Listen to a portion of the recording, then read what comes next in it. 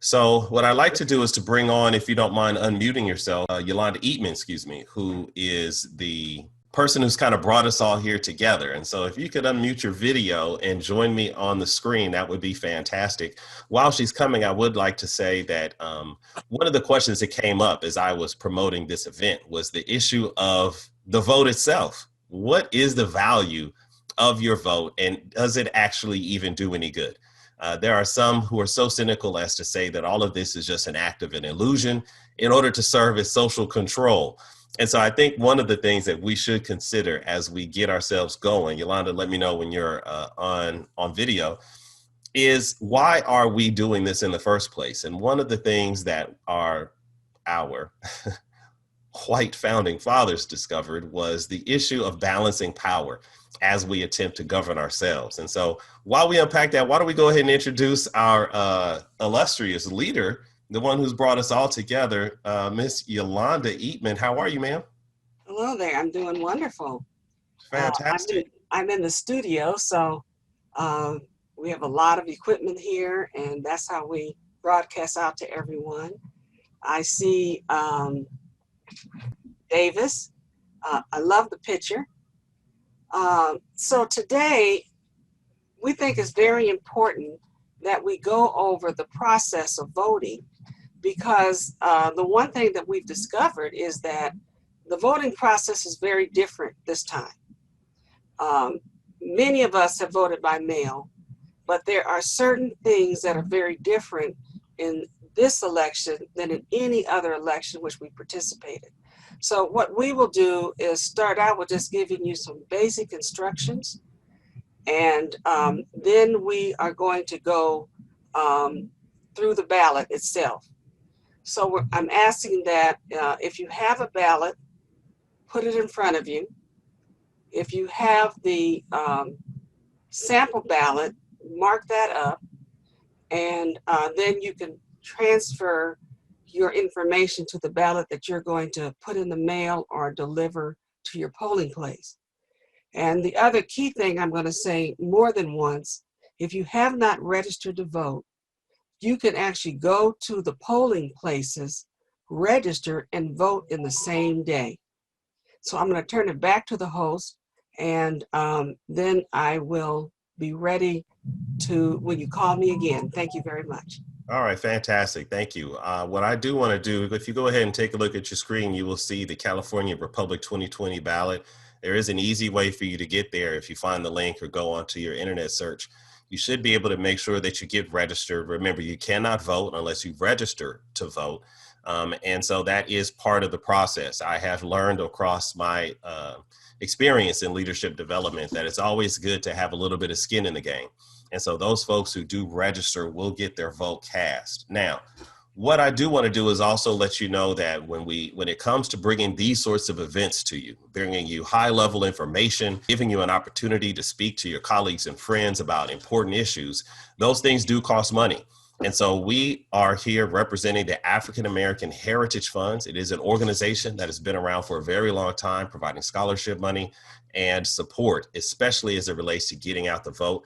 Once we get the chat thing worked out, you'll find a link in the chat where you can give a donation anywhere from $1, $10 or more would be fantastic, as we offer this free service to you and to your friends so that we can make sure that we all do our part. Now, what I would like to do is also, in addition to talking about dealing with the ballot, we do recognize, at least in California, that there are a lot of issues to unpack. And so during this hour that we have together, we won't be able to unpack them all, but we certainly are going to look at a few key points. And so when you think about these issues, let's go ahead and get ready to have some discussion. So I'd like to give you a little foresight. We are going to be talking today, in no particular order, about the amendments dealing with voting age and whether or not it is a good idea to bring the voting age down so that younger people can get involved earlier. We also plan to talk potentially about issues of privacy, and we know that they are passing some laws that deal with privacy protection. Another issue that has come up deals with Uber and Lyft and whether or not it should be structured so that they are considered employees or independent contractors. And I think the other issue that we came here to talk about today is the issue of cash bail. If a person who does not have enough money to raise the cash in order to get out of bail, are they forced to stay, or should we come up with another system? So these are definitely hot topics that we all need to get involved in. And then I think we will go ahead and have a decision on which of these important ballot measures we'll start to unpack first. Carol Jeffries put something very compelling in the chat, and I wonder if you'd like to come off mute and expand on your idea. We must get something for our vote, she says. Ms. Carol, you want to speak on that? Hi, everybody. Actually, I'm a follower of Dr. Claude Anderson and Boyce Watkins and that group. So I truly believe that we have to get something for our votes. We also need to focus on the finance, because at the end of the day, politics is going to end up delivering finance for our people. And if we're not geared towards building generational wealth, if we're not geared towards believing in education for our children, then we're going to continue to lose as a people. So that's where I come in at that. Wow, that is a powerful, powerful sentiment, especially when we start winding up. And then the question is, what is the best way to manifest Carol's vision? I mean, are we left with the better of two bad choices? Or is there someone out there who's actually advocating for things that are important to us? If arguers, and just be fair now, I follow Trump. He's got a platinum plan. His platinum plan has funded HBCUs to the tune of more than any other president before him, guaranteed for 10 years, so they don't have to come begging back every year. He has dealt with, he's met with Ice Cube. I mean, future governor of California, let me know. I mean, when it comes to practical policies, it seems like Trump has taken the lead. Whether that's a red herring for something else, I don't know. But I will say, when the proof is in the pudding, I do wonder, what has Joe Biden put on the table that is going to directly benefit Black people and the Black vote in particular? Hey, before we go any further, I also wanted Carol to have a chance to tell us what she's been doing with her organization, APRI, in San Diego. So Carol, could you tell us some of the ideas and things that you guys are trying to do down there? Great, Carol. And Rashida, I'll let you get on next. Go ahead, Carol. Let us know what you're doing down there. One of the first things that we want to do, well, we looked at the different groups that are here in San Diego and close by. And so we're going to work towards building a strong relationship with those groups. Another thing is that we want to create a Black think tank so that we can start to actually implement ideas so that we can actually get work done, as opposed to having conversations and end up with nothing being actually done. I wrote a piece called Follow the Jews. And I think Carrie has that, but it basically looks at how the Jewish organization, they love God, love family, and love education. And that is their pillars of how they move forward with protecting their people and getting people to actually work together and have the same common cause. So those are just some of the beginning things that we're trying to do here in San Diego, because everybody's been talking for years and years and years, and the results just are not acceptable. So it's time to really actually just do the work. And that would include everybody, like in this Zoom call, to sit down and really evaluate yourselves. An honest evaluation of yourself, of your family, of, what have you built? What's your net worth? Your credit score, those types of basic questions that a lot of people, if you ask them, they kind of shy away and look at you like, ooh, I'm going the other way because I really don't want to deal with all of that. But that's the way to build a strong economy and a strong group of people that have integrity. Wow. Wow. Yeah, no, seriously, sis, you are definitely expanding the scope of this conversation beyond what the value of the vote is into some serious stuff. I just want to recognize some people in the chat, and then I'm going to let Rashida get on. And then I see you, Miss Yolanda, want to get in next. Now, keep in mind, we're at 4:59. And so if anybody does need to go, we want to respect your time and honor that. But it seems like we just getting started, like the party just getting fired up over here. Let's say Deshaun Davis says, Trump also says that white supremacists were very good people. He told the Proud Boys to stand down and stand by or something like that. And so maybe the Trump Platinum Plan is really just a red herring. Like I said, I mean, when he mentioned that he was the least racist person in the room on the last debate, I did have to take a double take because I could not, I had to clean the wax out of my ears. But let me move on. Let's keep the conversation moving forward. Rashida, if you want to come off the mute and let your voice be heard, now would be the perfect time. Yeah, so we were starting to circle back to the last question that you were speaking about. How do we, I think everybody was kind of talking about the Black agenda and who do we vote for and et cetera. So I will go on to Brian's part. I will kind of expound on what he was saying. So I'll go ahead and go back to that, which is, let me scroll back up where he talked, but he was just saying Black people need to realize there's money everywhere, not just in the US. And then he also was saying we can't expect the government to give us anything as Black people. So I think that we also need to start locally. We need to start within ourselves, create platforms for ourselves, groups for ourselves, unite, come up with a plan on how our voices can be heard, get in politically. And I think that we're doing that. But as far as not voting goes, I don't think that that is an option because it's not only just about our agenda, but we also need to think about how Trump is destroying the US, because there's not going to be a Black agenda if the US is completely destroyed. So wow. I think that we can make an impact by getting together, forming groups, coming up with a plan on how our voices can be heard and moving forward that way. So that's pretty much what I think locally. We need to vote locally as well and then start going up the chain. Fantastic. I do know that all politics ultimately is local. Diamond, I see your hand is up, so I'm going to let Yolanda jump in first, and then I'll let you go ahead and get in. Folks, if you want to get in on the conversation and let your voice be heard, go ahead and raise your hand or indicate so in the chat. One thing that Rashida brought up that I thought was interesting is the power of the no vote. I've come across a lot of folks in my sphere of influence who say that they choose righteous silence. They choose not to vote, to not participate in the election is part of their expression of political power. And I do also question the value of that idea because there are a lot of down ballot issues that I think you can influence. I also think that when it comes to presidential politics, you don't just have to choose those two. Now, your vote might not count, but if you take a stand and let folks know what you believe in, then that would be fantastic. Personally, I'm trying to influence as many people as possible to vote for Kanye West, but hey, who's listening to me? Let me pass it on to Miss Yolanda Olabisi. Why don't you tell us what you think, ma'am? Okay, just stating the facts. We're going to call on Diamond next. Can you hear me? No, I got it in order. It's all good. Go ahead, Yolanda. Under the Obama administration, the funding to HBCUs began increasing since 2009.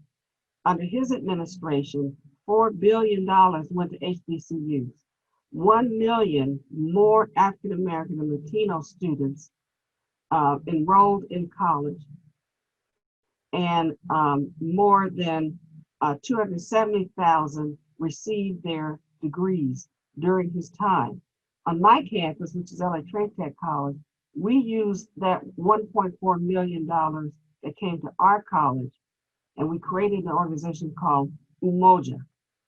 And Umoja has increased the number of counselors on campus. If you're not connecting with your degree or because they call you. They come to your classrooms and they visit you. And they also help break down the barriers for students with disabilities to actually sign up for disabled student services. Many students, they were so shamed when they were in elementary through high school, they won't sign up. They get special supports. So again, Donald Trump is a lying sack of whatever. All right. I'm gonna go ahead and don't you say that, as they used to say in the good old days. So we do have something interesting that came into the chat. It talks about the idea, Rashida brought up the idea, and I think Miss Yolanda alluded to it as well. The idea of, Miss Carol alluded to this as well, the idea of Black people figuring out what is our clear agenda. Now, there are a lot of people that are taking the lead on this in terms of the entertainment world. Like I said, Ice Cube just met with the president. P. Diddy's trying to start his own political organization. And so there are Black people in the celebrity world, also, of course, people like Tamika Mallory and others who are involved in the Black liberation movement. But Killmonger brings up something interesting when he talks about the idea of these minority groups getting co-opted under someone else's agenda. Now, I'm no expert on Black Lives Matter, but I don't think it's a secret that when the Black Lives Matter movement started, it started under one pretext, but then did get co-opted by two people in particular that I know about. Now it is very much more in alignment with the LGBTQIA movement, and those, the marrying of these two is certainly controversial. And now that they are using Black Lives Matter to push another agenda is just evidence to bring that to the fore. And so one of the things that we think about here is, I mean, listen, we got so much trauma, family. I mean, I think that we need to probably spend 10 or 15 years where the federal government funds all of our mental health services. That would be a fantastic way for us to get started, because we have so socialized ourselves to the idea of divide and conquer, the Willie Lynch syndrome that keeps us all from actually creating a common agenda that I think it is a taller order. And so the real question is, what can we do with the vote? That's why we are here, using the power of the vote to move our agenda forward and making sure that our vote is like a receipt and that it has this demonstration of some kind of value. I think is certainly something that we need to be thinking seriously about. But the only way that we can do that is if we have these types of conversations and we engage with high-level issues, knowing that we have a way to not only influence them, but also to make significant change. And so I just want to say, as we begin wrapping this up, that we are here not to push a particular agenda, but to push engagement. Thinking about ways that you can get tied into your local community, whether it's your local school board or even local politics. There's always an opportunity for you to run for alderman, councilman, or others. I think that it is also important for us to think about getting young people involved in voting as quickly as possible so that they can get engaged. Because the truth of the matter is, folks, the paradigm is shifting. We are here only to bear witness to the paradigm. But it is our children and our children's children that will be inheriting the world that we set the stage for today. And I do think the vote on November 3rd will be an important pebble in that trajectory. And so let's think about that as we move forward. Listen here, I think what we'll do is you go ahead and make your exit on out of here is, if you found some value in this conversation, go ahead and put great job. If you think that this was a great conversation, go ahead and put great job in the chat. That way we'll know that you are fully engaged and found something of interest. That's the kind of feedback that will help us continue these sorts of conversations. In the meantime, what I'm going to go ahead and do is play our last closing out video. You guys feel free to leave at your leisure, and we'll have a bit of an after party to debrief afterwards. So let's go ahead and get this last piece rolling.